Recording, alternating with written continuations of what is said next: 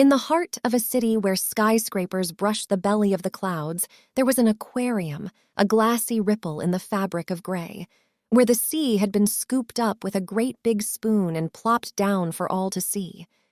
Here, a young boy named Eli often pressed his nose against the cool glass, eyes wide with wonder, watching the sea dancers flutter and weave.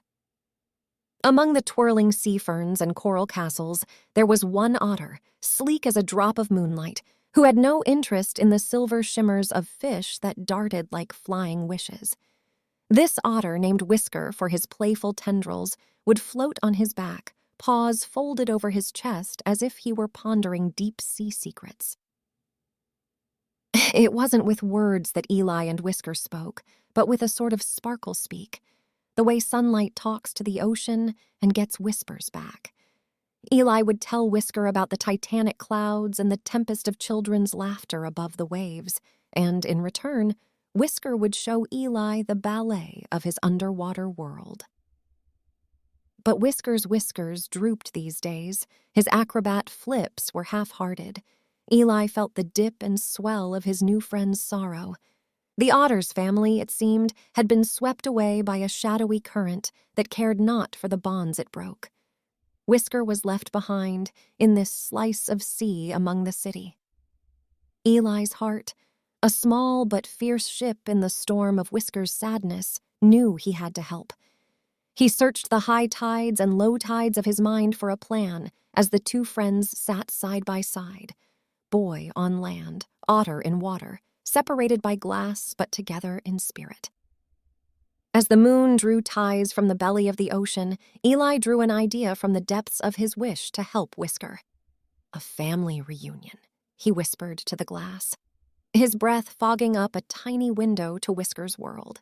The otter's eyes, like twin moons, gleamed with a new light, and he twirled in the water, a star rediscovering its shine. Eli's plan did not call for songs or spells, but for the cunning of a fox and the silence of shadows. With a pocketful of courage and a cap brimming with mischief, he set to work under the cloak of a velvet knight. Whisker watched with a gaze sharp as a shard of shell as Eli sketched a map of the stars and plotted their course. "We'll need a moonless night," Eli whispered to the glass, and a whisper of luck. The otter nodded, his whiskers twitching with a newfound hope. The night they chose was dipped in darkness, the moon hiding away as if it knew of their secret mission. Eli crept through the aquarium, a phantom in pajamas, while the guards nodded off, dreams of the sea rocking their senses to sleep. He found Whisker waiting, his eyes twin periscopes in the dim light. With a wink and a wave, Eli unlocked the gate to Whisker's world with a key as old as the sea, borrowed from a janitor's ring. Whisker slipped out, a silken shadow on silent paws, and together they embarked on their great escape.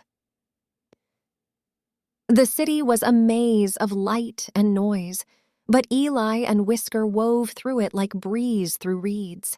They reached the shore where the waves whispered and tickled the sand, where the scent of freedom was a mix of salt and adventure.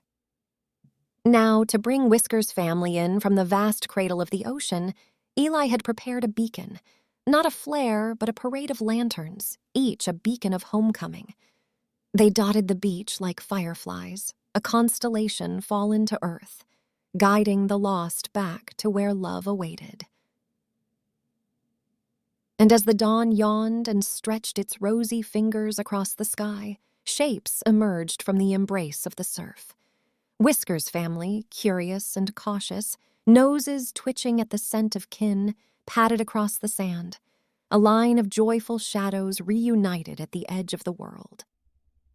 The reunion was a dance of splashes and spins, as if the ocean itself rejoiced, its waves clapping against the shore. Eli watched, his heart a ship set sail on the vast sea of happiness.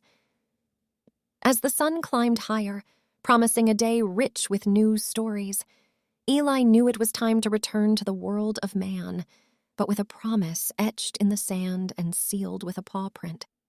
Whisker and his family would always be a part of him, a chapter of his heart written in saltwater ink. And though he left the shore with a backward glance, Eli carried the ocean inside him, knowing that true friendship was a tide that could not be tamed, a bond as enduring as the stars guiding travelers home, as certain as the return of the waves to the waiting sand.